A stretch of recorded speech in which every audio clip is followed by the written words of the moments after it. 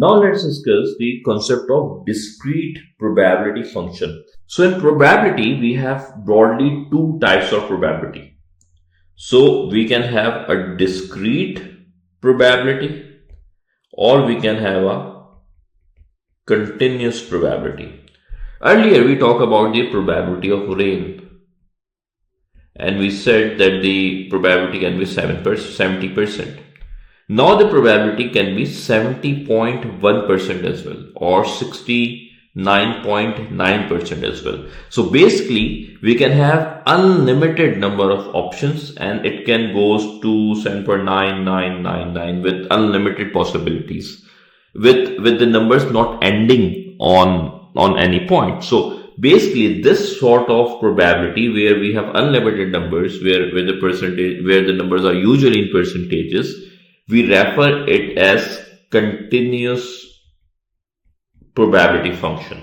But when we have discrete numbers where we have certain possibilities, for example in case of rolling a dice, we can have either 1, 2, 3, 4, 5, 6. So we have just 6 options as compared to rain where the options are actually unlimited. It can go from 0 to 100% to any digit, to any possibility. So the probability where we have limited numbers, we have limited options, for example, tossing a coin where we have only 2 options of head or tail, this sort of probability is referred as discrete probability function. It is described as one where there are limited number of possible outcomes.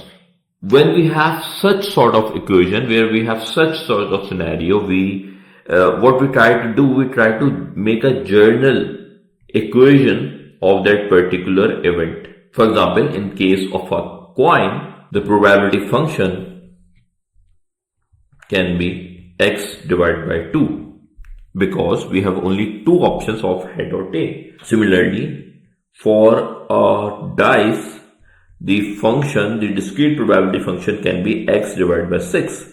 So we can put this 1 here and we can calculate the probability of 1 coming on a dice. So basically, using discrete probability function, we try to make our statement generic, which can be used to calculate multiple scenarios, multiple probabilities. An example can also be a random event where the probability function is x divided by 10. So if we want to calculate the probability of 5, the probability of outcome of 5 would be 5 divided by 10. So we just inserted x value, which is 5 here, and we can calculate the probability. This particular function, this discrete probability function is considered as a probability function because probability of getting one of the possible outcomes. So it has the potential to calculate any sort of probability for all the described events. So it's a journal equation which can be used to calculate multiple outcomes, multiple possibilities using one discrete function. Now let's talk about the concept of conditional probability. So we discussed conditional dependence or independence earlier. Now we'll discuss conditional probability. So conditional probability is the probability of an event happening if another event is happening first. So we discussed the probability of Alex and Hales getting late. We talk about their dependence on each other or their independence for that matter. Now, if we want to know that what would happen, what is the probability of Hales getting late, provided or given Alex already got late. Now we are not interested in their individual happening. Now we have given a scenario that Alex is also already late. So we know this for a fact that Alex is already late from the office. And if Alex is late, what would be the probability that Hales was also late? So maybe we can assume in this particular case that they do carpooling. So Hales actually come with Alex. Okay, so they do not live on the opposite side of the city. They live together and they come on the same car. In that particular case, if hey, Alex is late, then the probability of his getting late would be extremely high because they come together, because Hayes is actually depending on Alex. In conditional probability, we try to identify our dependence on another event, the conditionality, that what if one event happens, what will be the probability of another one. Another example is that there can be a probability of a large financial institution failing, given that another large financial institution has already failed during recession. So probability of A failing or A filing for bankruptcy depending on probability of, for example, recession. So what would be the probability of bank A filing for bankruptcy if there is a recessionary environment, if there is a recession in the town? Now, these conditional probabilities are written as probability of A given B, or probability of A conditional on B. And it is given by a simple formula which calculates as probability of A intersection B divided by probability of B. Now, probability of B is the event on which we are calculating our conditionality on. So, for example, here probability of recession would be probability of B. Because the higher the probability of this happening, it would be impacting the probability of them happening together, or the conditionality. So in conditional probability, B is the event space where A is an event inside the new restricted event. So basically what's happening is we are defining our restricted event space. Okay, we are saying that there's a recession. There's already a recession. And then we are see what would be the probability of A falling. So out of this, so if the probability of recession is 10%, what would be the probability of failing of A out of this 10%?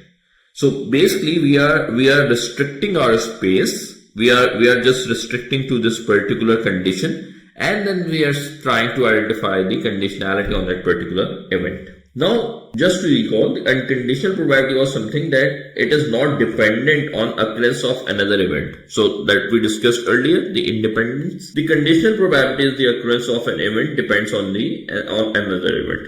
Another example of conditional probability is that if you roll a die, the probability of given 2, given that the number is even, will be 1 by 3. So basically we already know that the number would be even. So there would be only 3 even numbers, and out of those 3 even numbers we are interested in 2. So instead of 1 divided by 6, which is the usual space, we have decreased the sample space from 6 to 3 by adding this even number consideration. So basically from this particular event space we have reduced our sample space, and then we are trying to identify our event. So conditional probability is something on which we are trying to identify the event or probability which may be conditional on another event. An extension of conditional probability is Bayes' rule or Bayesian rule. So basically Bayes' rule provides a method to construct conditional probabilities using probability measure. So how do we derive this Bayesian rule? We may recall that the probability of A given B that we just discussed was equal to probability of A intersection B divided by probability of B. So from here we can take it here, and the result would be probability of A intersection B is equal to probability of A given B into probability of B. The same can happen for probability of B given A, where it will be equal to probability of B given B intersection A upon probability of B. Now we know that probability of A intersection B will be equal to probability of B intersection A. So it will be the same thing. We are talking about the same A-B intersection. So probability of A intersection B, probability of B intersection C, no matter what the order is, it would remain the same. So considering it to be same, equation 1 and equation 2, we will just equate these equations and we will get probability of A given B into probability of B is equal to probability of B given A into probability of A. From here we can derive our formula for probability of A given B is equal to probability of B given A into probability of A upon probability of B. So if we want to calculate what is the probability of A, which is conditional of B, we can calculate using this particular formula. Bayes rule has a lot of implementation in the finance and risk management arena. We calculated for the calculation of defaults, for the calculation of posterior probabilities. So it has a lot of practical implementation as well. Now let's discuss a short example of Bayes rule. So we have a researcher who is interested in finding out the patient's probability of having a liver disease if they are alcoholic. So basically what we are trying to identify, we have decreased our universe to the patients who are alcoholic. And then we are trying to identify the liver disease here in the sample space. So we have an event A, probability of A, where patients have liver disease. Okay. Now past data suggests that 10% of the patients entering your clinic have liver disease. So the probability of liver disease would be 10%. Then we have another event which is B, which says that patient is alcoholic. Now the probability of patients who are alcoholic and entering the clinic would be 5%. Here it is. We also have another information that among those patients diagnosed with liver disease, 7% are alcoholic. Okay. So basically we are saying that probability of B given A, like they had liver issues and they were alcoholic, would be 7%. Now recalling from our earlier discussion, the probability of A given B would be equal to probability of B given A into probability of A upon probability of B. We will just insert our calculations here. So the 10% of points will go here in place of probability of A. The probability of B, which is 5%, will go into the denominator, and the 7% will go in the numerator in place of probability of B given A into probability of A. The answer would be 0.4% or 14%.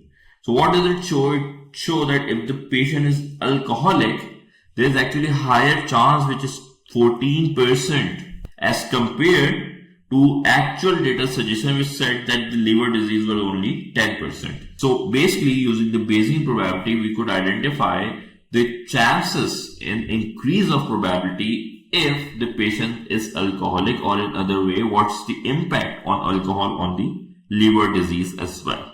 So this is what we had from this chapter. Thank you.